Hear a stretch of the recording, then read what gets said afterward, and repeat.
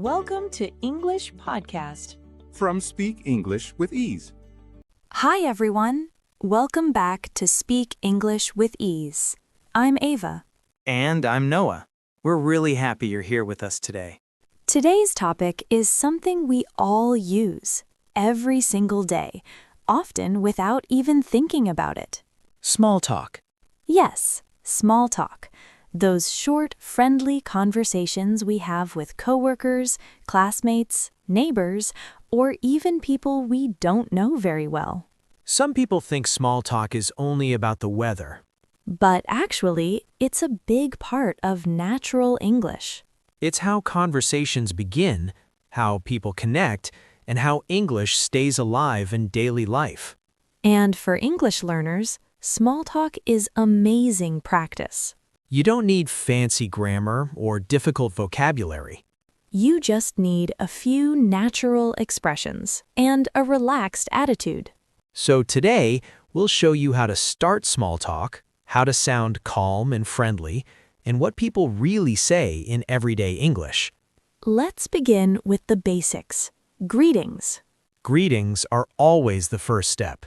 The classic, "Hi, how are you?" still works perfectly. But you can easily change it depending on the situation. Here are some friendly, natural options. Hey, how's it going? Hi, how are things? Good morning. Hey, long time no see.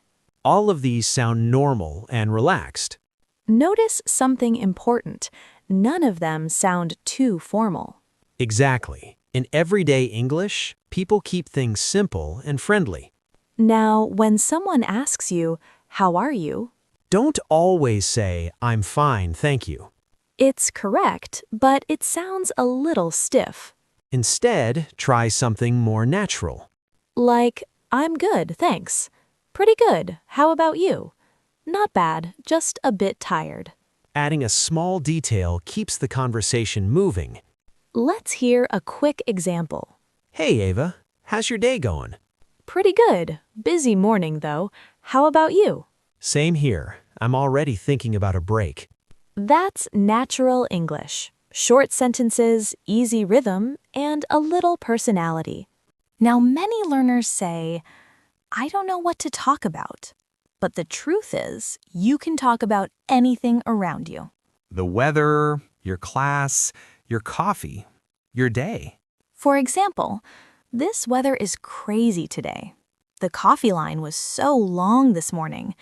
That meeting felt longer than usual, didn't it?" Perfect conversation starters. Short, casual, and easy to use anywhere. From there, ask a small question. Open questions work best. Like, do you usually come here? Have you tried the food here before? Or, "What kind of music do you listen to? Do you like working here?" These invite longer answers, not just yes or no. Let's try a short workplace example. Sure, "Hey, how's your week going?" pretty good so far. Busy, but not too bad. "Yeah, same here. I can't believe it's only Wednesday." Right? This week feels so long already. That's small talk in action. Now, here's the secret to good conversation.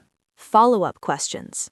If someone says, "I went to the beach last weekend," Don't just say, "Nice." try, "Oh, really? Which beach? Was it crowded? Did you go swimming?" Follow-ups show interest, and people love that. Let's talk about reactions. These are short words people use while listening. Like, "Really? That's awesome. No way. Oh, I see. That's interesting." They make you sound human, not robotic. Another useful skill, agreeing naturally. You can say, "Me too. Same here. I know, right? Exactly. For example, I hate waking up early." same here. Mornings are the worst. Sometimes conversations slow down. And that's completely normal. You can change topics with simple phrases. "By the way, speaking of that, oh, that reminds me." For example, "By the way, have you seen the new cafe near the station?" Small talk isn't just about words. Tone matters. Smile a little. Speak calmly. Don't rush. Even if your grammar isn't perfect, your tone can still sound great. Welcome back to Part 2. In Part 1, we learned how to start conversations. Now let's talk about how to keep them going. Native speakers react while listening. They say things like, "Really? That's funny. I know that feeling."